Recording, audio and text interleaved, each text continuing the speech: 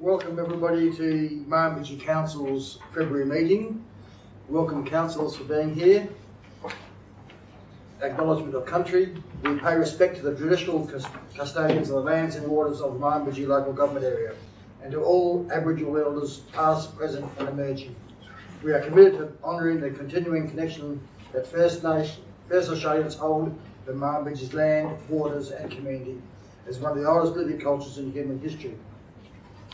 The recording of the meeting.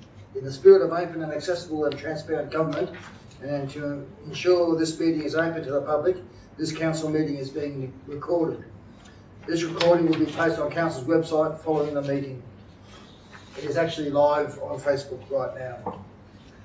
Are there any apologies? The Mayor is currently in a very short meeting and should be back here in a few minutes' time. So I say there's no apologies. The minutes of the ordinary meeting of December the 16th, 2025.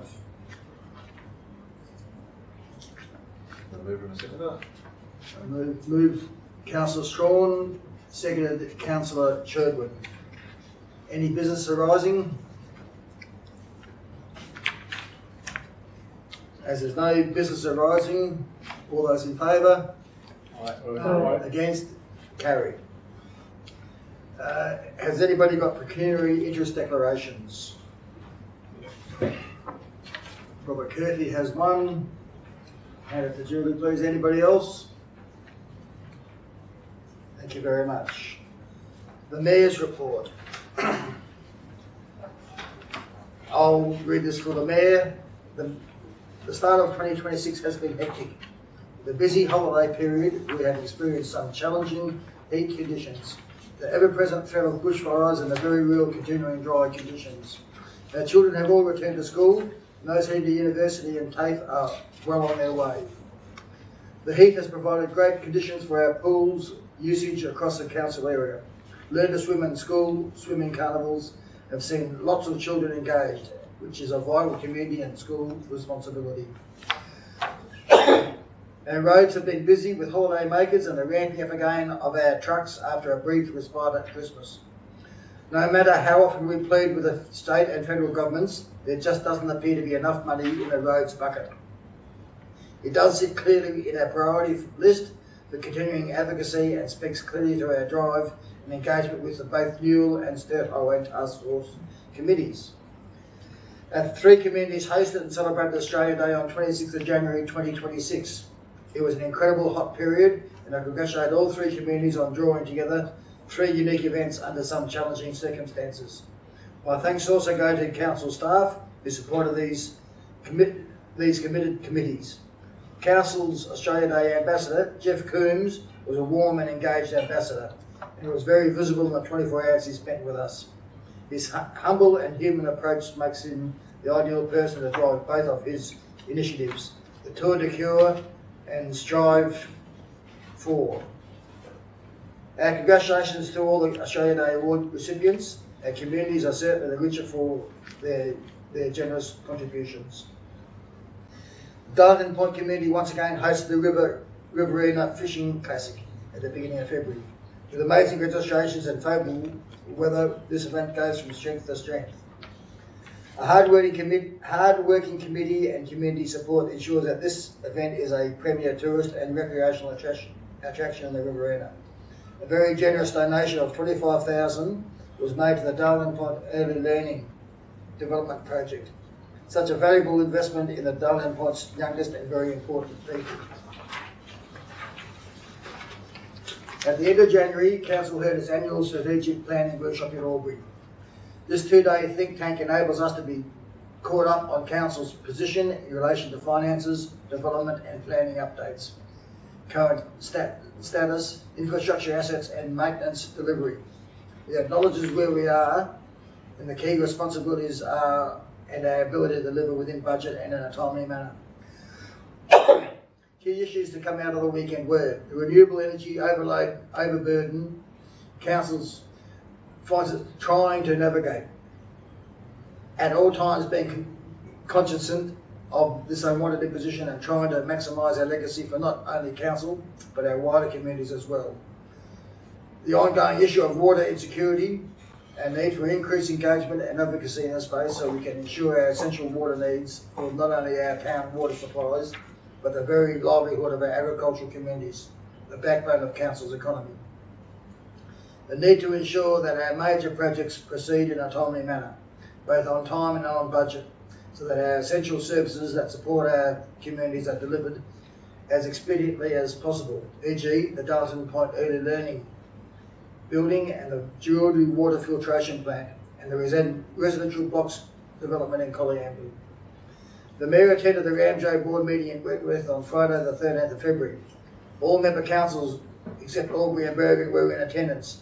Items covered for discussion were presentations included SWREZ, speakers being JC Howard and Michael Opperman, MDA speakers Sam Campy and Kosha Shanahan, and MDA Chair Shari Bloomer. New South Wales Irrigation Council, Maddie Hartley. Presentations from OLG, Louise Taylor and Erica Van Den Onnet and Mr. Giles Butler, and Director of Regional Coordination.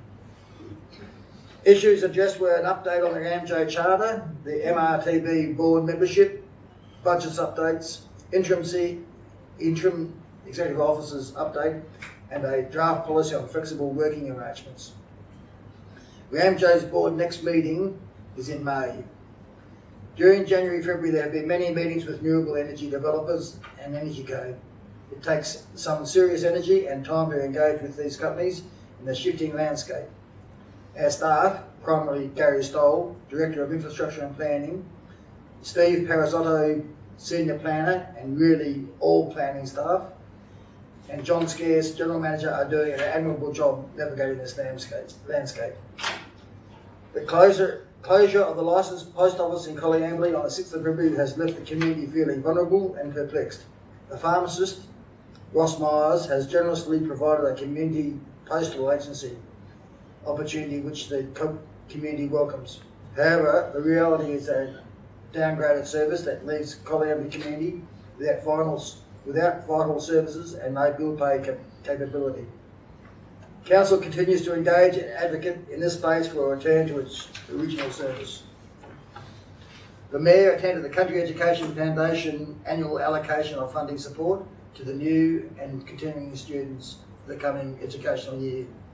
The generosity and support of this valuable initiative enables an investment in our next generation of leaders and service providers. And there's a list of meetings that the Mayor has attended during January and February. Can I remove a... Can I just end her report? Rob Murphy. I'll move. Seconder, Judy. I'll second it, but can I just say that the Early Learning Centre received $20,000 and the Darlington Point School received $5,000. Thank you very much for that clarification.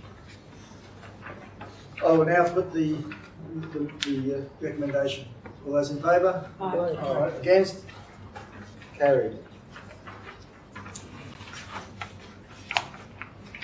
Director's report. Item 1, the General Manager's monthly expenditure. Monthly report. Which is what it is. I have expended my time. Thank you, Councillor Black. Just a couple of things to note for Council. The Jewellery Office is anticipated that the office will reopen on Monday the 16th of March 2026. 90% of the painting's done, 99% of the carpet's down, all of the cabinetry is in.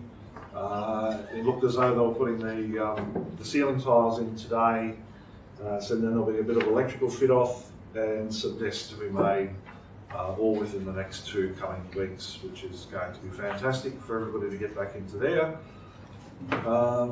Council replacement program, I can advise an update from here. Have signed the 2 contracts in Jerilderie, and the ones in Darlington Point were signed previously. We're hoping they both get out of the ground fairly quickly. Colliambly subdivision on the Wunnamarra estates. We went with Energy Co, a group of us went with Energy Co officials on the 3rd of February to further pursue the requests sent to Minister Sharp and Minister Bowen. Energy Co informed us that what money is available into the future. It looks promising, but there's no guarantee. Of course, it's going to be a competitive process. We're continuing to explore other avenues and have other conversations with a lot of others. The Colliamby subdivision has received development consent. The Jerilderie subdivision, it's got its change of use for the land, and we don't expect it to be too long before we have a DA lodged, probably 2 months, hopefully. Still got the target date of the next financial year to commence and finalise both of these projects. We just need to secure the money for them. Soil testing for the long daycare facility centre here in Darlington Point happened on the 10th. Still haven't received the soil test results back. Once they are back, it's just including them in the QPA's Phase 2 documents, and I'll send out to those 3 components. The current dates for their submission is the 30th. We'll review them on the 15th and come to council on the 26th of May for the council meeting. Estimated about an 18-month process, so we're looking to be operational in January 2028. The new sign has been developed, which will state the site. It will have Octopus Investments is providing half of the money for the build or thereabouts, so they will be on the sign as a contributor to the finances. The time frame for their money is, as you can see there, it has been pushed out a little bit further, so there'll be a time where we will be carrying the probably 100% of the financial costs, which we'll budget for, in the knowledge that we'll be receiving this money back to pay some of it off. So that's why we need to find those budget sources in 26, 27. Change of meeting dates. We're looking to change the June meeting date because it clashes with ALGA, and the August meeting date because it clashes with the Murray-Darling Association, and the proposed dates will be the 30th of June and the 18th of August. Rate arrears, as we advised to council, that every February that we will take a look at the arrears assessments to see what is there. There are no triggers for auctions in the calendar year of 2026. Statistically, we have 20 assessments that fall in the arrears years between 2 and 5 years. We will continue to contact these assessments to get them to commence payments plans or pay in full. We have 2 properties that are 5 years and above, however they commence payment plans prior to any commencement of action previously. We are in constant contact with them to reduce their balances as quickly as possible. We have 1 property which is caught up with the public trustee, unable to be sold for arrears, so finance is working with them on a solution, potentially a transfer to council. We will review arrears of rates eligible for auction in February 2027. Jerilderie Medical Centre, we've been reliably informed that the purchase of the MLHD land is now in the hands of the ministry. What time frame, I can't comment.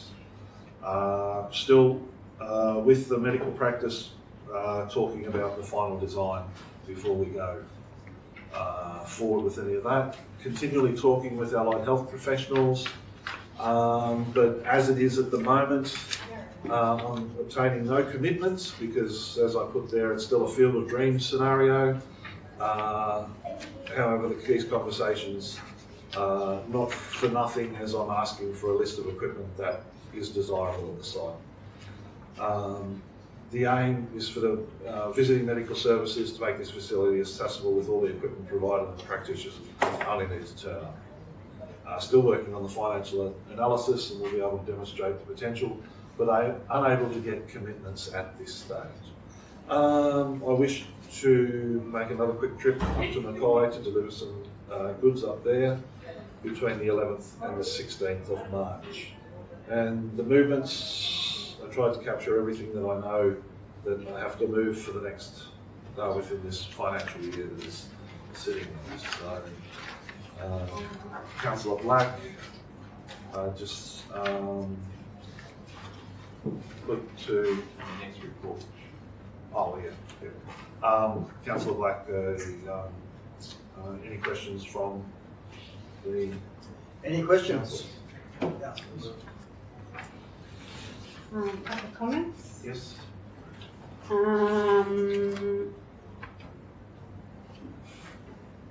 I think it would be great when the housing replacement starts in Darlington Point. We went around there for a look this morning, and it definitely needs something to start around there in the estate. So that will be great to see. Yeah. The LEP change of use for the Murrumbidgee subdivision and the DA. So before a DA is lodged, obviously the plans have to be seen. They Yes. have to have plans. So when will they be completed? So the LEP's done, so now it is, what classification is it now? I was going to say, not quite. So we've received the gateway approval, which allows us to rezone the land. Mm-hmm. So that's the good stuff. That allows us to make a DA to ourselves. Yep. The plans are currently being drafted by PHL. Yep. I had a meeting with them about a week and a half ago just to go through the site constraints and what have you, and give John Harrison a bit of a guide as to what we'd like to see. So he said the site, despite being flat and what have you, with the layout it is, he said it's got some complexities, but he'll work through it. Right. Okay. And thank you for the continuation of the rates in arrears. You did say that would happen, and it has, so thank you very much for that. And the last year when this all started, and many of the places that came up for notice, which obviously paid some monies off their rates, are in a disgraceful condition still, and I think that needs to be addressed. Particularly up the main street, they are just dreadful. So if something could be done in that space, and that was all. Thank you. Anybody else?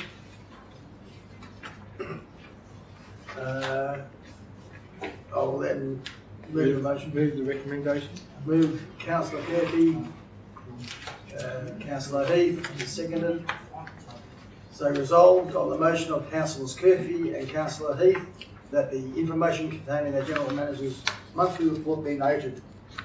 And the council meeting dates for the months of June and August 2026 be amended to 30th of June 2026 and 18th of August 2026 and advertised accordingly.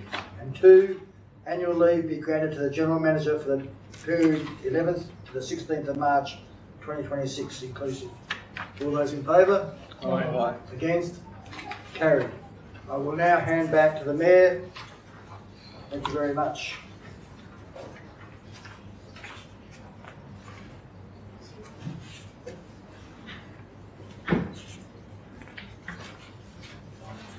Okay.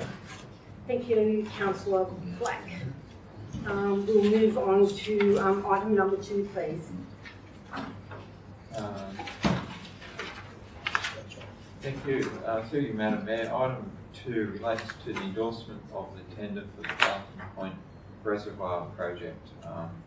Tenders were called for the work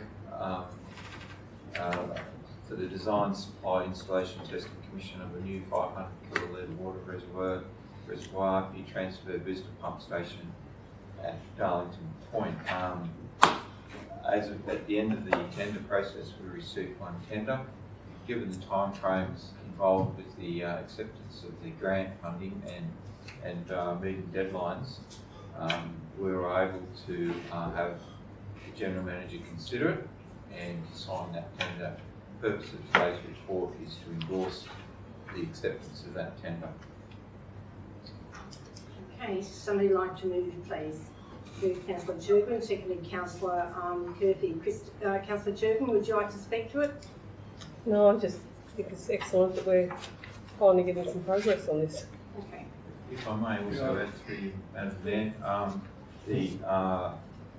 the funding grant has been extended to the 31st of July 2026, Yep. not the 30th of April. Okay. Any further comment? Yeah, I'll make some comments. Yep. This has been a long time working for the Darwin Point community, improving this capacity. With the improvement of the dead ends, will improve the quality of our water. Having a second tower will allow us to clean out the first tower, which will reduce the oxidisation. And this is one step of number one, securing water, number two, increasing the pressure for our residents, and number three, making sure it's the best quality water that we can achieve for our community. So I'm glad it's getting done in a timely manner, and will be done to the best of our ability. So thank you for that. Thank you. Any against? Anybody to speak against? If not, I'll put the recommendation, which will read: in relation to the tender for the design, supply, installation, testing and commission of a new 500 kilolitre water reservoir, a new transfer booster pump station in Darlington Point, Council endorse the actions of the General Manager in accepting the tender of Yenda Prods Irrigation Trading as Riverina Water Engineering at an amount of $1,181,639.17, GST exclusive, due to the need to expend the grant funding made available to Council under the Stronger Community Fund Round 1 by the 30th of July 2026. I'll put the recommendation. Those in favour, please say aye. Aye. Those against? Carried. Thank you. Item 3, please. This is the Australia Day annual general meeting and 2 subsequent meetings. Do you want to do 3, 4 and 5 together? Yes, we'll move them as a block. So the annual general meeting, all positions were re-nominated and all accepted. So all positions are as they were in 2025-6. And then the 2 general meetings were for organisation prior to Christmas and then one after Christmas. And the balance sheet of funds are also attached, as well as the President report for anyone to read. Take any questions? Would you like to move that report on there for us? Move Councillor Bryce. Somebody like to second that? Seconded Councillor Major. Are there any questions of Councillor Bryce regarding these 3 reports? It is noted that as yet the fireworks has not been an event. It is scheduled for March the 28th. Okay. Councillor Major? Well, it's not a question, but I think the committee need congratulating for, as part of the Section 355 committee, their reporting, and they undertake it quite regularly, which is good. I think it's setting the standard for all other Section 355s. So I think you need to be commended as a small committee to fulfilling your obligations. Okay, thank you very much. I just have a question. On the Australia Day, we get an exemption to lift the alcohol ban for the event. Do we need to reapply for that exemption for the 28th of March when the fireworks and Council happen? has given myself delegated authority to be able to do that in the policy, so I will be issuing that. Thank you very much. Okay, Councillor Bryce has moved, Councillor Major second. I will put the recommendation of these annual general meeting and 2 subsequent meetings for the Jerilderie Australia Day Committee be noted. Those in favour, please say aye. Aye. Those against? Carried. Please, we will move on to item number 6, the Colliambly Australia Day Committee report. Councillor Churdwin. The report is just as read. We were happy with both the turnout, and the venue at the Colliambly Community Hall is excellent. We've just got to make some adjustments with the speakers to get that right. We think we might even buy another speaker. Also to shorten up the way we do our presentations for the awards. But everything else works really well. Okay, any questions of Councillor Turgan? Councillor Black? Just a comment that there was a few recipients who were elderly at the presentation, and they struggled for the time of reading out. So your suggestion of summarising item 5 is an excellent idea. Or otherwise, you have to get those people up last, even though they were standing around for too long. Yeah, well, that was one of the things that Jane commented on, because she does it alphabetically, but next time it comes to her, and she'll just see who the recipients are, and if we have any older people, we'll make them the last ones to come up. Okay, thank you. Just a comment to add to Councillor Churgwin's report. I'd just like to acknowledge the Australia Day Ambassador. I thought he did an amazing job. He's a very personable, engaged and visible ambassador, and he was smart because it was stinking hot, and he actually tailored his address to not keep people there unnecessarily longer. So acknowledge. Does council contact the ambassador and thank them for coming to the council areas? Well, can we please check that's been done, because I would like to formally thank him for the time he spent in our council footprint. He fitted a lot in the time he was here. Okay, would somebody like to move? Councillor Churgan, would you like to please move the Colleen Emily Australia Day Committee meeting report? Move Councillor Churgan, seconded Councillor Kirby, that the Colleen Emily Australia Day Committee meeting notes be noted. Those in favour, please say aye. Aye. Those against? Carried. Thank you. Item 7, please, the Monash Park Advisory Committee meeting. Who's going to speak to that? I'm happy to talk to it. Yes, Councillor Major. So I guess it's the importance of having these bi-monthly meetings, so the ability to follow up on outstanding actions that didn't happen from the 6 months prior, which was good, but also just to bring to the council some budgetary considerations to come out of that meeting that we need to consider. Some is probably more immediate about the safety of the grandstand. So at the meeting we asked for a budget to be presented to council on 2 things. One is to make it safe for this season, or do we rope it off if we can't do that, and to do further upgrades to incorporate a $32,000 grant that the Football Netball Club has secured. So I guess that's just something we need to consider. Is that a short-term quote or budget that hopefully Tom has done? Is that right, Gary? And then long-term, just to bring the grandstand into use, I guess, and whether we can spend that, or whether it's worth spending that grant money on that building. So following on from Councillor Major, we're now at the end of February. The football season starts at the beginning of April. So we have a very short time frame to make sure that option A or option B is put in place regarding the grandstand, Gary. So what's our chances of making that happen? Through Madam Mayor, we've had 2 inspections undertaken by our carpenter and our asset manager. They've identified a few issues. Those issues were inspected again by our engineer, design engineer, who has expressed some concern about the structural integrity of the grandstand. He's given me a brief report. I haven't had it costed yet to determine what works we need to do. So at this stage we may well be just wrapping it off, unless I can get those figures tested and back to council in March. I think an important thing to add to the conversation is, while it doesn't have a heritage listing, it certainly has an historical place in our community, in Murrumbidgee. So I know we can't preserve every single thing, but I think it's worth viewing in preserving its place in at Monash Park.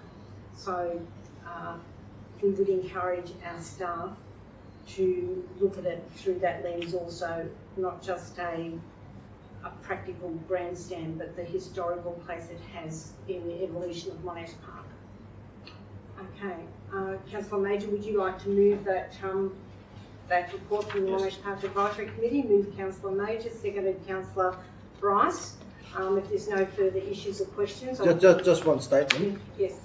Item 7 is the users agreement. Can the rest of the clubs in their council area get this user agreement signed and set up, please? Yes. Thank you. Okay. To align with Jewellery. Yeah. And to have the twice yearly meetings to review what's going on? Exactly. Yes, okay. All right, I'll put the recommendation of the Monash Park Advisory Committee meeting minutes be noted. Those in favour, please say aye. Those against, carried. Thank you. We'll move on to item number 8, please. Would you like to do 8 and 9 together? Oh, we could do 8 and 9 together. So these are the monthly investment reports for the month of December 2025 and the month of January 2026. Fairly routine, approximately $30 million in the bank account at the end of December and just over $27 million at the end of January. Meeting benchmark, all in compliance with policy and the regulations. Would somebody like to move Councillor Heath, seconded Councillor Black? Are there any further questions of Caitlin regarding item number 8 and item number 9? If not, the recommendations will read that Council note the monthly investment reports identifying all money Council has invested under Section 625 of the Local Government Act 1993, and that Council note the monthly investment reports identifying all money Council has invested under Section 625 of the Local Government Act 1993. We will move to item number 11. The Jewellery Sale Yards, and the recommendation will read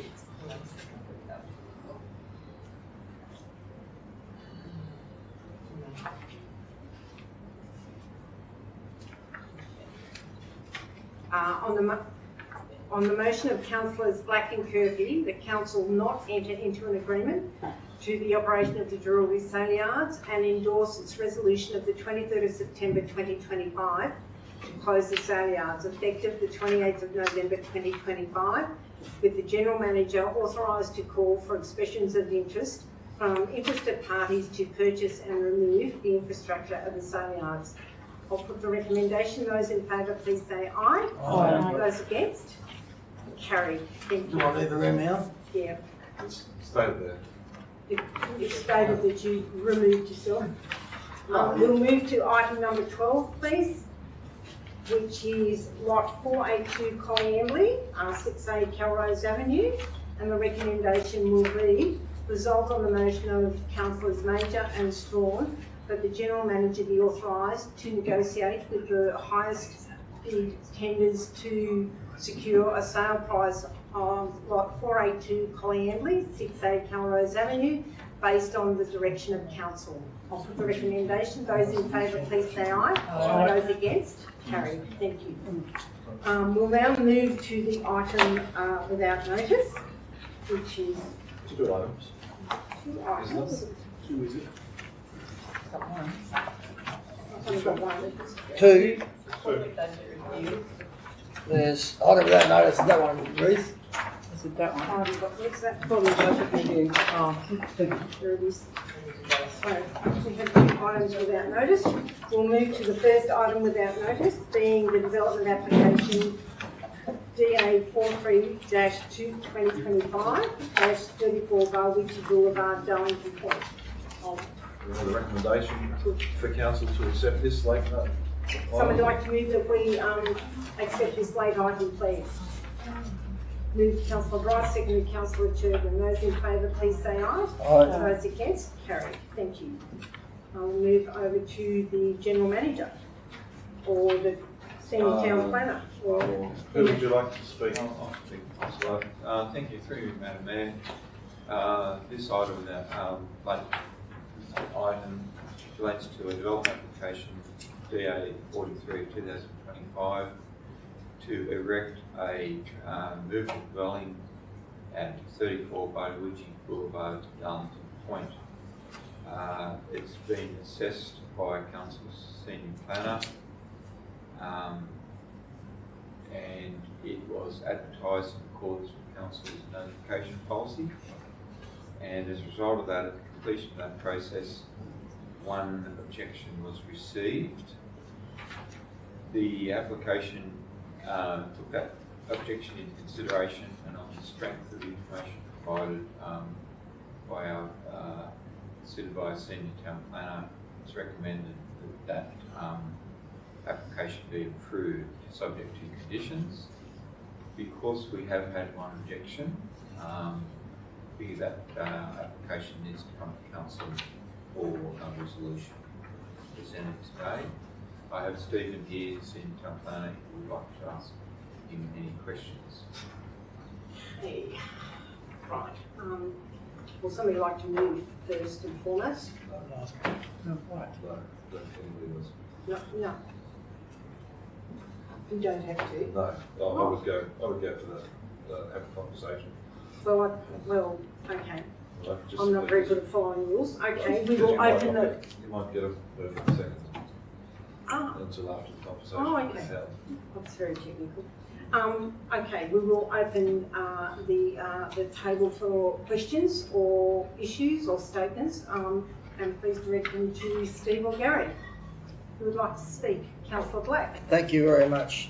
I would like to object to this building being a what they term a flat pack, and I'd like to see council adopt a policy that flat packs are not permitted within the town residential areas of our three towns. So I believe it's a very poor quality, a very substandard building in an area which we would hope that buildings would last 50 to 100 years.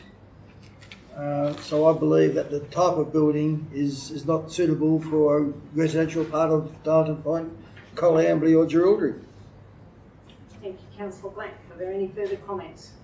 Councillor Churgwin. I'd like to ask either Gary or Steve, what were the special conditions that you were going to approve it with? Yes, through you, Madam Mayor. Yeah. The conditions are standard conditions that we put on all development applications for housing development and for movable buildings. With movable dwellings, they don't require a construction certificate. They require approval under local government under section 68. But that's fundamentally it. There's a requirement there that they actually complete the landscaping in accordance with what they've indicated on their plans. That's probably the only condition that we wouldn't put normally on a typical residential DA. As I said, the application, Darlington Point doesn't have a development control plan that provides any standards for residential development in terms of setbacks, design and what have you, whereas the Young Street precinct does, but we can't use the Young Street precinct as a means of assessing this particular DA. So certainly the older areas of Darlington Point, all of Coleambally don't have specific controls. Like I said, we assess it purely on merit. Jerilderie, on the other hand, it does have a development control plan that provides at least controls for residential development as well. So obviously an oversight for us. Do they classify as a shipping container as well? There's one in town. That's what they are. Yeah, it's from a definition point of view, it's a dwelling. The type of dwelling is a movable dwelling or a manufactured home. These ones where they are, like I said, shipping containers and they, like I said, fold out, put rooms, or they come in flat pack and they're just assembled. At the end of the day, by definition, they are a dwelling. And where, like I said, the council gets caught up, or where there are other regulations, is not so much the DA process, because the DA, we're assessing the land use, we certainly look at appearance and what have you. It is the post-DA approval where we're looking at the construction and the process down that path. So This particular dwelling would go down the path of the Section 68 approval. The shed that's on the same site that's being built, that goes down the path of the construction certificate. Councillor Bryce. So I understand everyone's concerns. The way it's written here, Steve, is that the actual product that they're having? That was taken from, I think, the company THC. Let me just grab my report. Sorry, yeah, no. I haven't seen any attachments. Yeah, no, I haven't had one. that came from the HTC website to give you a visual indication because the plans in the report they don't show. Yeah, exactly. They don't give a good rendering of what it looks like. And looking at those plans, they are what they just taken from the website. Yeah.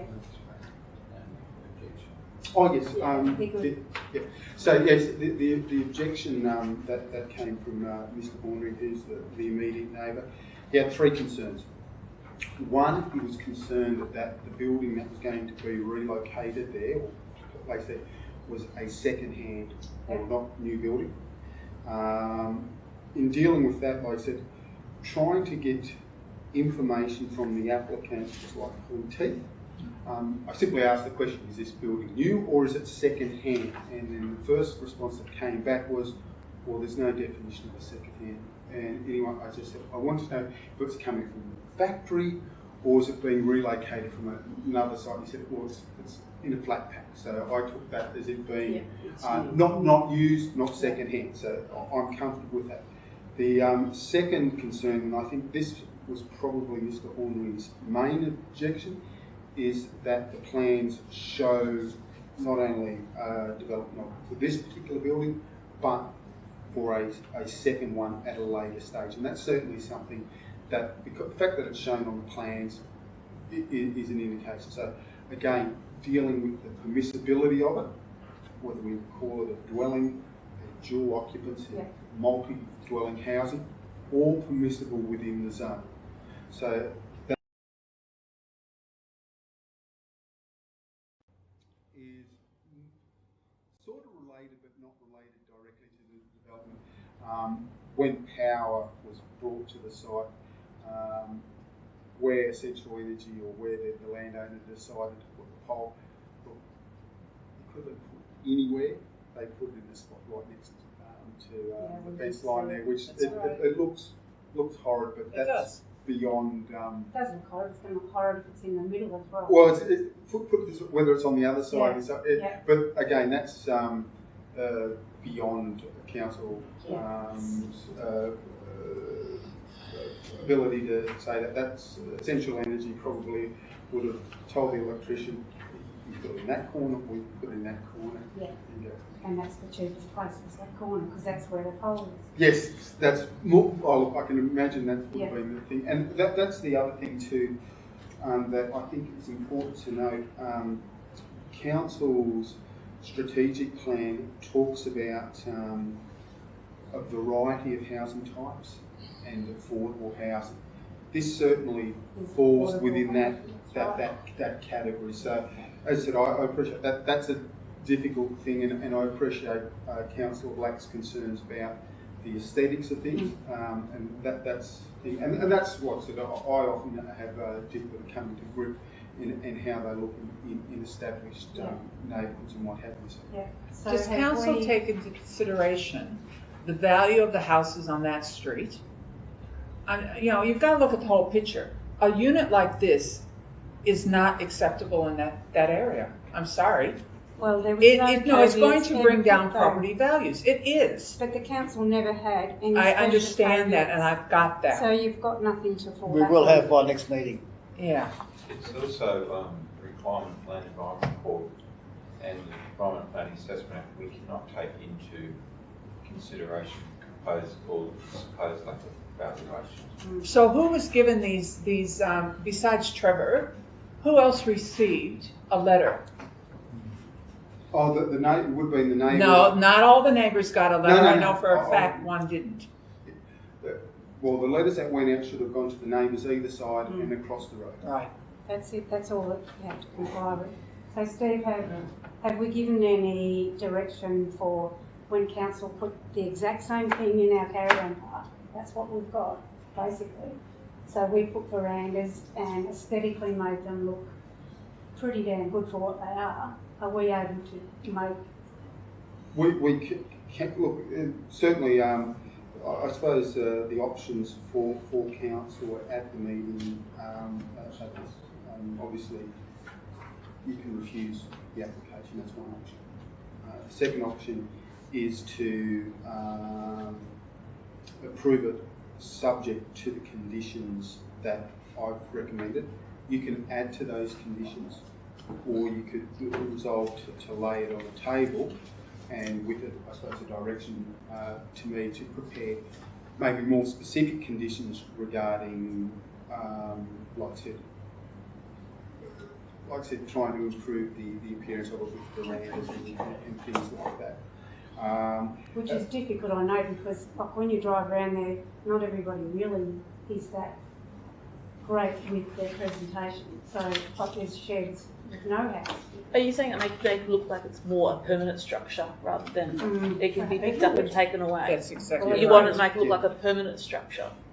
Yeah, yeah. So I'm taking that's what I said. If I certainly, if the application was laid on the table and no decision made, I'd be then in a position to go back to the applicant and saying, look, council's considered it.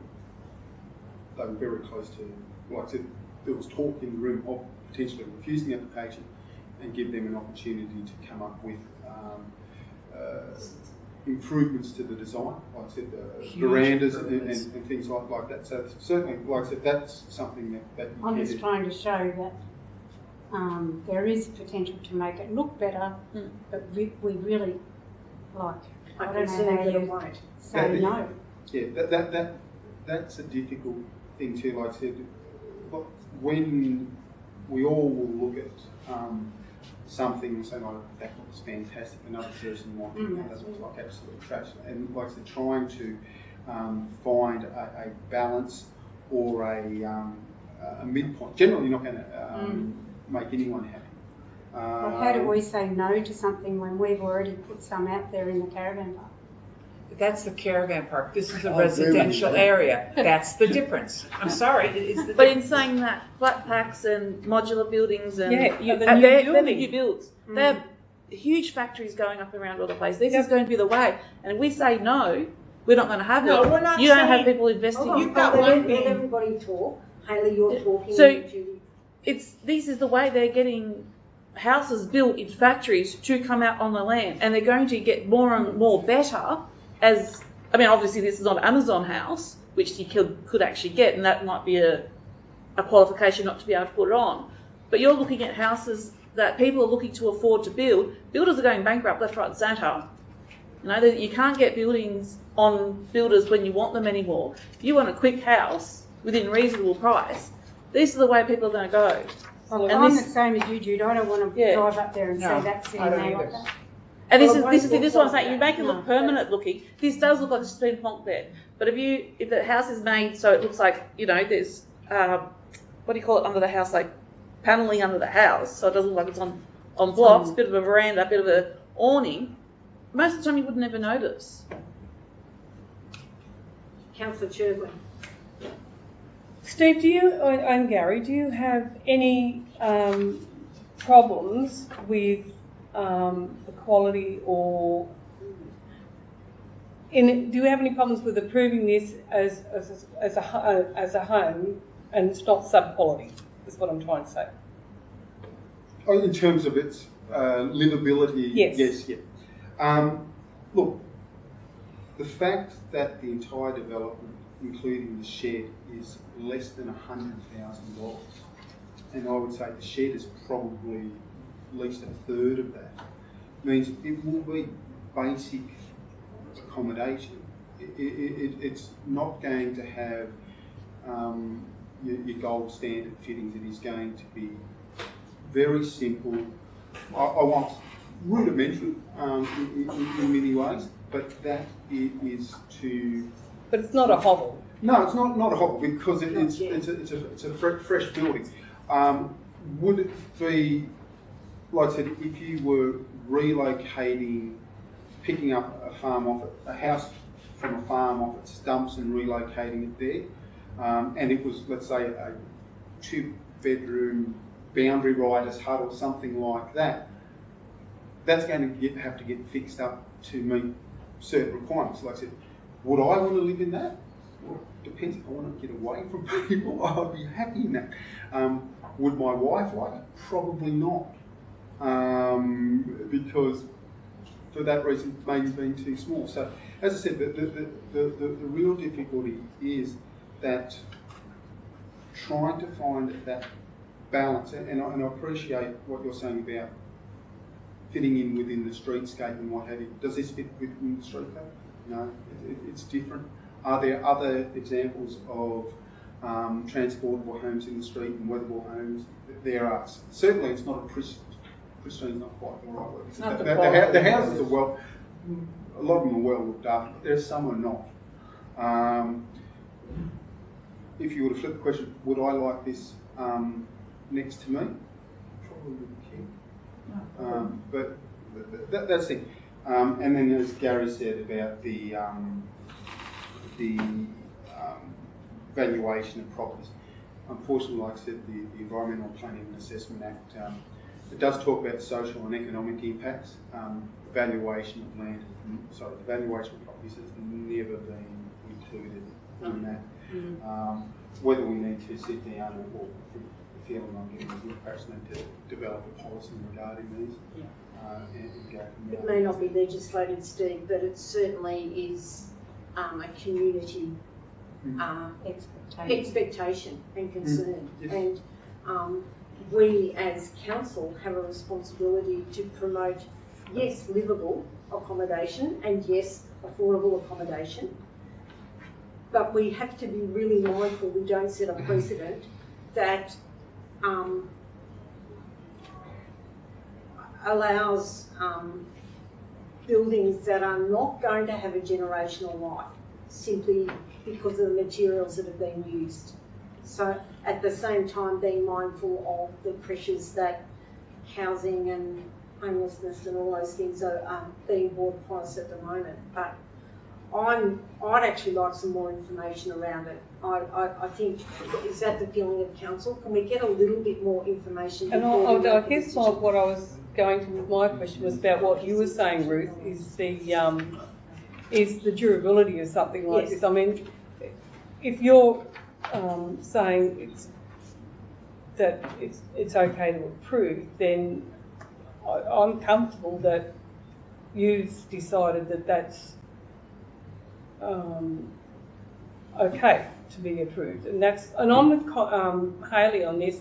I think we've got to look outside of the square of bricks and mortar and these days, because those days are done and dusted, and we're going to have a lot of stuff coming down the track with modular buildings and other buildings like that, because that's going to be the way of affordable housing in the future. Christine. I think the issue is the quality of what is going to be put in place. I think modular housing has a place into the future. I think all of these other ways of creating housing and whatever, we absolutely have to embrace that. But do we have a responsibility to not tick off something that is not going to look good in like 5 years' time, simply because of the nature of the building materials or quality that have been engaged? And Steve spoke to that. He said, you know, there's a shed there that's that would be a substantial amount of what the build's going to be. So, but the shed's not for the house. The shed's for motor vehicle or something else. Yeah, but it's part of the development. So Steve, you said that perhaps if we laid it on the table, we could develop some more conditions that perhaps had to be complied with. Is that the feeling of where the council wants to go? Can I just also inject? I'd like to know if the person proposing this would live in it himself. No. Would he live in it himself? He doesn't. He lives in a brick house. Look, understand where you're coming from there, but that's something that I know. I can't. Yeah, no, that's the beauty, I suppose, being a councillor. You can ask those questions. I can't ask that question of the applicant and what have. But look, it is a good point. I think I explained my position, like I said, just from my own family's point of view. Could I live? My wife? No. Probably my son. So add to the conversation. In the new, in the River Red Gum estate, we have sold one lot. Right? The reasons why the real estate agent has been told that he's not selling them is because we're not allowing transportable homes into the River Red Gum estate. So nobody is buying it. He said he's probably had about 15 inquiries, but they want to put transportable homes there. Right. So I know that's another discussion when we have it was very clear at one stage that there was talk about allowing the transportable homes in the River Red Gum estate because that's what you've got everywhere else within the township of Darlington Point. But then you settled on the fact of the neighbourhood that you're trying to create with the DCP. Since council has not had a DCP that has stopped any of these transportable buildings or anything else like that, these are the applications that you're going to get because, as Councillor Heath has pointed out, these are the affordable accommodations that you can go on the website, you can go on Domain, and you can see GJ Gardner Homes has got four lots in the River Red Gum estate for house and land packages, ranging from $630,000 to $770,000. Right, that's out of the realms of possibility for a lot of people to be able to put and build a house on at the end of the day. So you try to determine, the biggest question you've got to ask is what you want Darlington Point to look like and what you don't want it to look like, right? But you could say the same thing about when the flat pack James Hardy phenomenon comes through, right? I have seen a James Hardy house 3 years after it was built and it was terrible. There's one still sitting in McAllister Street in Mackay that has been there, and it was the show home for when they were selling it all, and it is in pristine condition. So it comes down to who's looking after it at the end of the day and who's there, right? This is no different to these classifications of buildings that are coming in there. What they will look like, how they're treated. So that's, I only just say that for you to ponder and think and everything else like that. You're the ones that set up the DCPs and everything else like those sort of things. Obviously, you want Gary's team to go away and work on a DCP for Darlington Point and Colliamley that may restrict some things or not allow some things, but be very cognizant that you may not build a community because people can't afford to build the homes. My question is there a plan B on this place already? Because he has built this building, wants to build this building 28 metres from the front boundary and 10 metres from the rear boundary. Yeah. So to me, he is looking, after reading it again, looks like he is stage one of a 2 or 3 stage development. Maybe he's going to build a nice house. This is going to be a secondary dwelling. Yes, a granny flat. Which, if someone was doing that already on a property that had a reasonable home at the front, we wouldn't think anything of it. And we've allowed people to convert sheds, their caravans, whilst they built their houses and things like that. So, but that you can only assume that because that's not the application you've got in front of you. No. So he hasn't mentioned anything to the team about stage 2 in 20 years' time. The house won't be there in 20 years' time. No.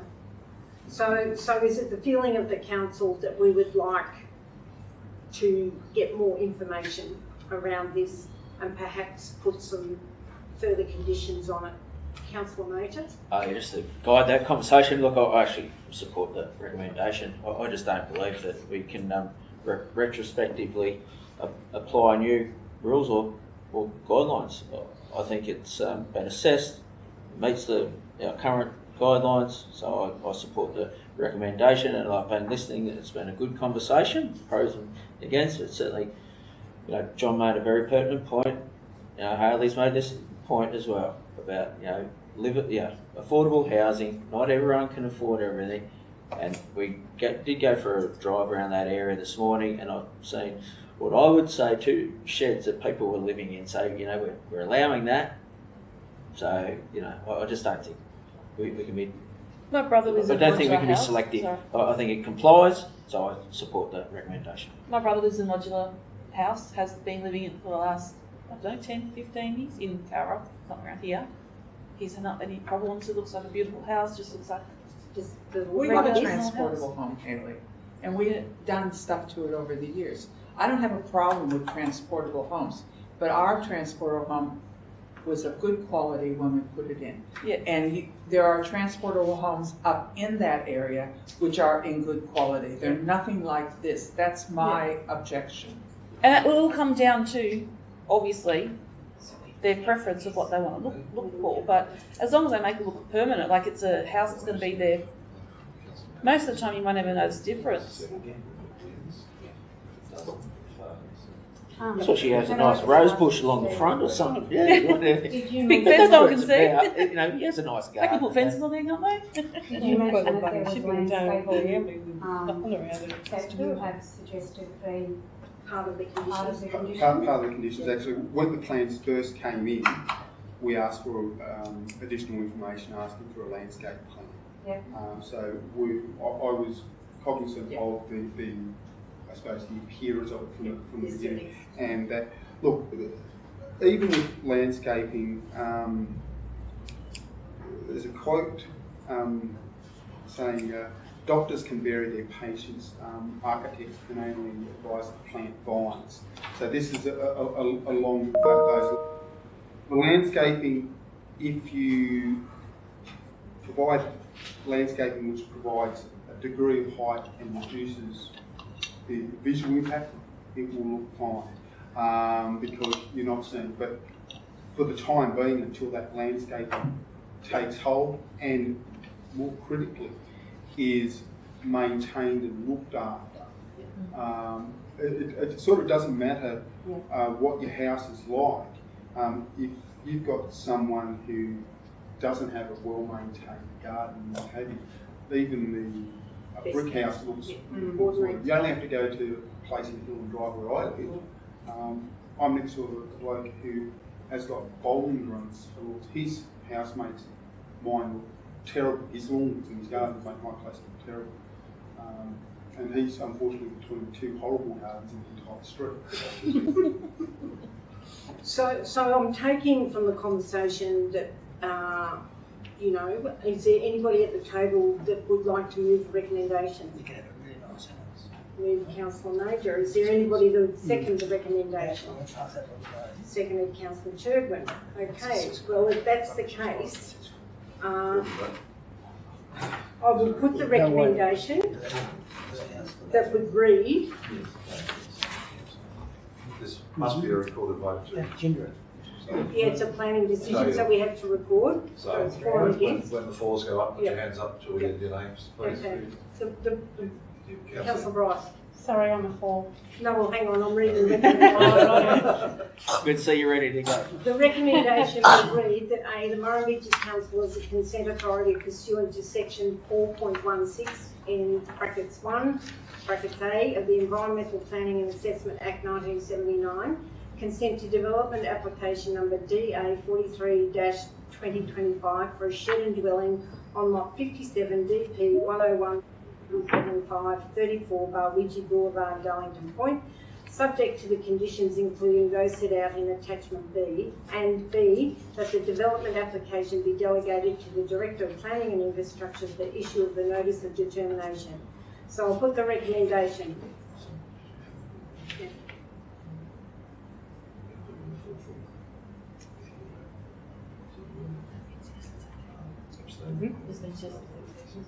Okay. Okay. Yep. Okay. So,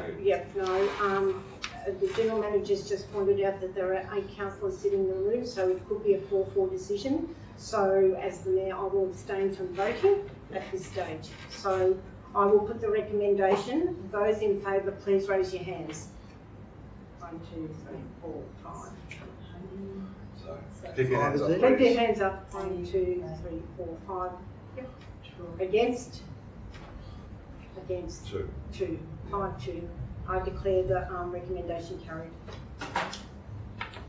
Thank you. Please ask Councillor Murphy to come back in. Jordan? Just before you, You? maybe I'm not, I was told No, I not wouldn't be allowed. allowed. Not allowed to speak. I was told by a former councillor I was. No, you're not. Sorry. There's a couple of comments made that it wasn't even brought up, that should have been. Oh, The position that these units are going on that block. yeah. Can I speak with you? Yes. I'm really happy to have a conversation with you after the meeting, but I'm sorry I can't allow you to talk in here now. Okay, we'll move to the second item without notice, which is the quarterly budget. And Caitlin, I'll ask you to please speak to. Can we have a mover to accept this item, please? I thought we did the both of them together. Would somebody like to move that this item without notice be moved? Councillor Bryce, seconded Councillor Churchill. Those in favour, please say aye. Aye. Those against? Carried. Thank you. Caitlin. Presenting the December 2025 quarterly budget review statement for Council to consider and endorse the recommended budget variations. So as councillors are aware, we didn't put forward a quarterly budget review statement for the first quarter of the 2026 financial year in September. So there were no adjustments in September. Now that the financial statements have been finalised, the bulk of the adjustments reflected in the quarterly budget review statement basically relate to timing of amounts carried forward or grants, adjusting the timing of those across the financial years. Since we last had a quarterly budget review statement come up to council, the Office of Local Government has introduced a new format, a new mandated format that we need to present to councillors. So you'll notice in the papers, the first section that you've got in the binder is that format that we're required to present and adopt and send off to the Office of Local Government. Because we are specifically required to do that, there is some duplication in the subsequent reports. Pay attention, please, everybody. I will also note there is still some further work to do, some additions that need to be made. So at the moment, for this quarter, the reporting has been limited to budget figures. Actual figures aren't yet reflected, but they are coming. And similarly, there's a capital section that we just don't have the data and the structure we need it yet. So that's not yet been completed, but again, we'll be looking to do that in future quarterly budget reviews. And similarly, we're focused on the consolidated level, so everything all together, just while we sort of validate our reporting model for the other separated funds. Just as a high level way of approaching this, so obviously it's the start of the papers is that mandated report. The second kind of report that's in here lists all the individual budget adjustments and their impact on the income statement and the cash flow statement for the current financial year, so just for 2026. From the cash side of things, I'd also just draw council's attention to the lines where it says, underneath where it says impact on 2026 cash flow, the lines under those, under that blue line, it was stipulate which reserves are affected by the adjustment. So that'll give you a sense of whether it's coming out of the unexpended grants reserve, whether it's affecting your unrestricted cash or what have you. So just by way of example, if we have a look at the first the very first adjustment that's there. That's just the addition of the waste management strategy and feasibility study, for which we received a 50% grant. That's just putting that into the financial statements. So on the left side, you'll see there's $14,000 worth of grant we'll receive. We'll expend $36,000 of funds. So then the impact on the operating result will be you'll have a $21,000 lower profit or increased loss. And then on the cash flow side, obviously, similar story. That one's nice and straightforward, so it's a good lucky that it landed first. But you can see there, so the impact on the cash flow will be the same in this case, but sometimes the timing of when we get the funds and things like that means that they'll be a little bit different. And you can see there, so in this particular case, we received about $4,000 of that in the last financial year, so that's why $4,000 of that amount is coming out of the unexpended grants reserve, and the other amount is out of unexpended cash. So I won't go through all of the adjustments.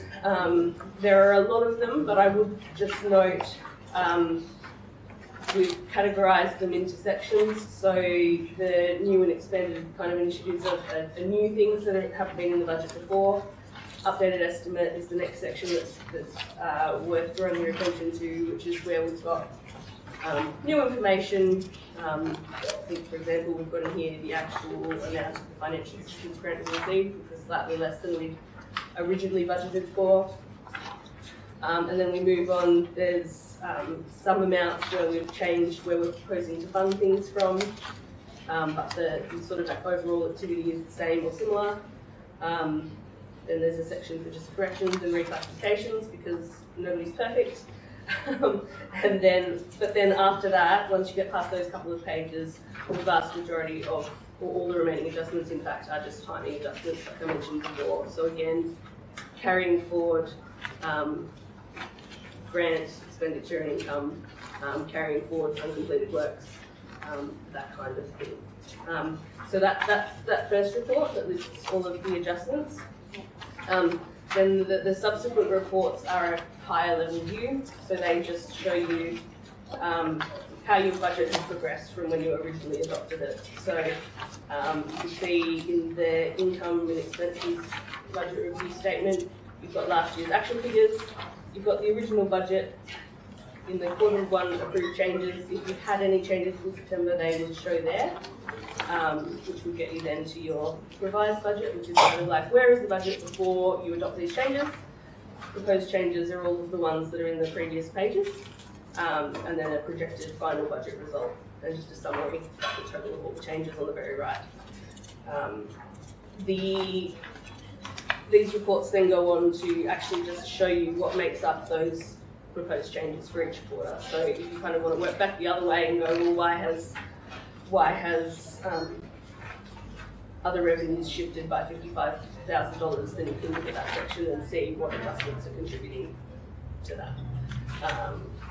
And much the same for the next report, which is the projected cash and investment position statement. So that's what the balances of your reserves are projected to be at when we get to 30th of June 2026, and follows similar logic to the first report, which is informed largely by the structure of the mandated statements that we need to adopt.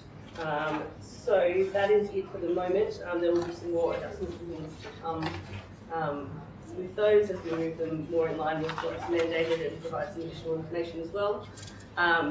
But at this stage, just proposing that the statement be adopted and the budget variations be endorsed, unless there are any questions. Are there any questions of Caitlin, please? Can you repeat what That's why it's recorded, John. You can play it back. For those who are a little bit slow, can't keep up, we're in luck. I'd just like to say, Caitlin, I think it looks like a really well presented document. It would just be good to have some time to to be able to read it and reread it and reread it, so that so that we could hopefully something will sink in. But if there's no further questions, would somebody like to move, please? Moved Councillor Major, seconded Councillor Strawn.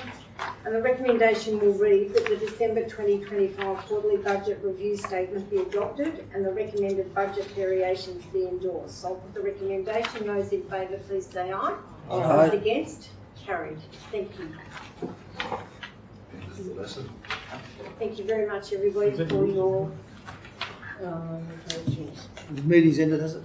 Pardon? Just got to shut it down for the.